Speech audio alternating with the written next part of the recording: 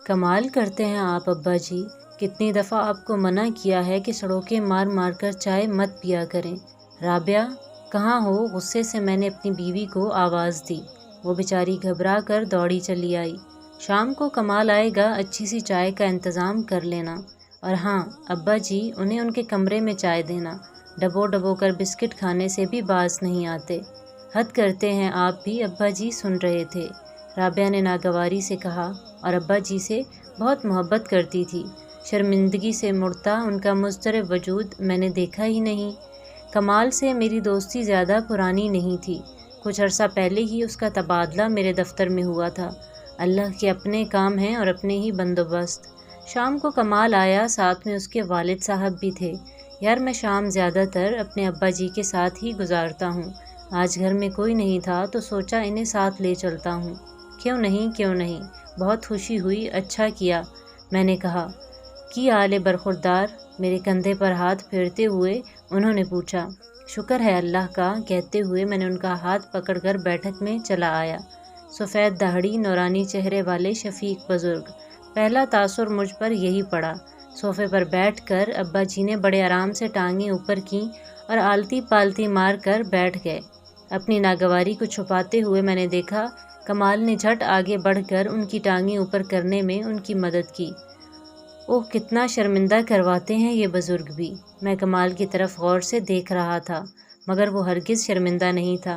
اس کے چہرے پر بڑی نرم مسکراہٹ تھی۔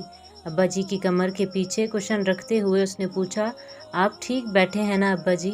آہو پتر۔ چائے لگنے تک آدھے گھنٹے میں اس نے 2-3 مرتبہ پوچھا، ابا جی آپ ٹھیک ہیں؟ بور تو نہیں ہو رہے؟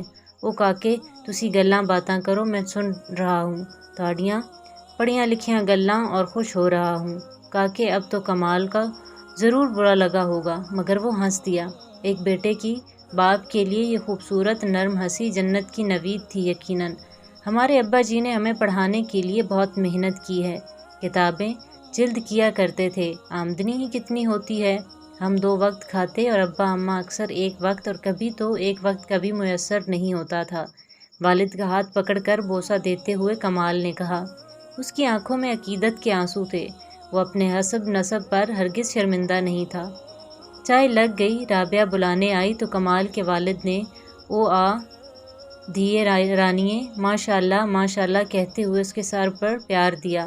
اسے بالکل بھی برا نہیں لگا تھا، محبت سے انہیں ٹیبل پر لے گئی۔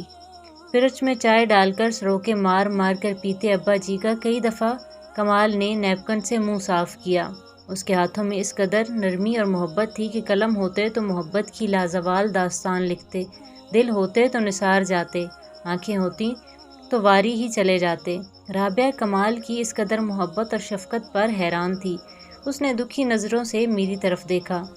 اس کی نظروں نے مجھے آسمان سے زمین پر لا پٹکا۔ میں جن کے وجود کا حصہ تھا، جن کی دعاؤں اور محنتوں کا ثمر تھا، انہی کی ان معصوم سادہ اداؤں سے نالاں تھا، شرمندہ تھا۔ میں منظور موچی کا بیٹا اپنے باپ کے حسب نسب پر شرمندہ تھا۔ بیٹے کو بڑا افسر بنانے کے خواب نے جس کے ہاتھوں میں چھید کر دیے تھے، رات بھر جاگ کر کام کرتے ہاتھ تھکتے نہیں تھے۔ پتر کی فیس جو جمع کروانی ہوتی، دل سینے کی بجائے انگلیوں کے پوروں میں بسا رکھا تھا ابا جی نے۔ کام ایسا کہ سارا شہر ابا جی کی ہنرمندی کی تعریف کیا کرتا تھا۔ میں نے کبھی سوچا ہی نہیں میرے رویے سے انگلیوں کی پوروں میں بستے اس دل پر کیسے گھاؤ لگے ہوں گے۔ انا کے پنجرے میں قید، سوچ کا پرندہ پنجرہ کھلتے ہی مثبت سمت میں پرواز کرنے لگا۔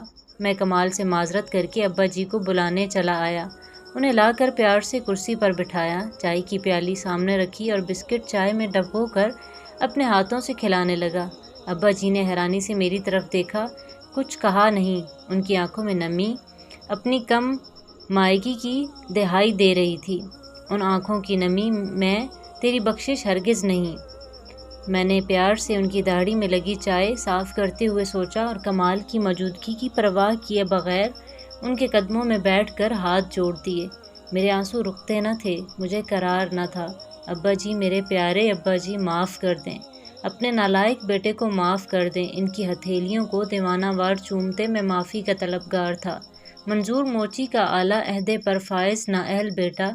ابا جی نے میرا ماتھا چوما، جھلا، چل ادھر اوپر بیٹھ میرا افسر پتر۔ اس نے جلتی ہوئی پیشانی پہ جب ہاتھ رکھا، روح تک آ گئی تاثیر مسیحائی کی۔ کچھ ایسی ہی میری بھی کیفیت تھی۔ میں نے کہا نا، اللہ کے اپنے کام ہیں اور اپنے ہی بندوبست۔ میری کوئی ادا اسے پسند آ گئی تھی شاید، تبھی میری ہدایت کا بندوبست کر دیا تھا، مگر میں کم ظرف اس قابل کہاں۔ قمیض کے کونے سے ابا جی کو آنسو صاف کرتے دیکھ کر میں نے سوچا میں ناقدرہ تھا، میرا رب نہیں۔ ابا جی کی انگلیوں کی پوروں میں بستے دل کی اس کے ہاں بڑی قدر تھی۔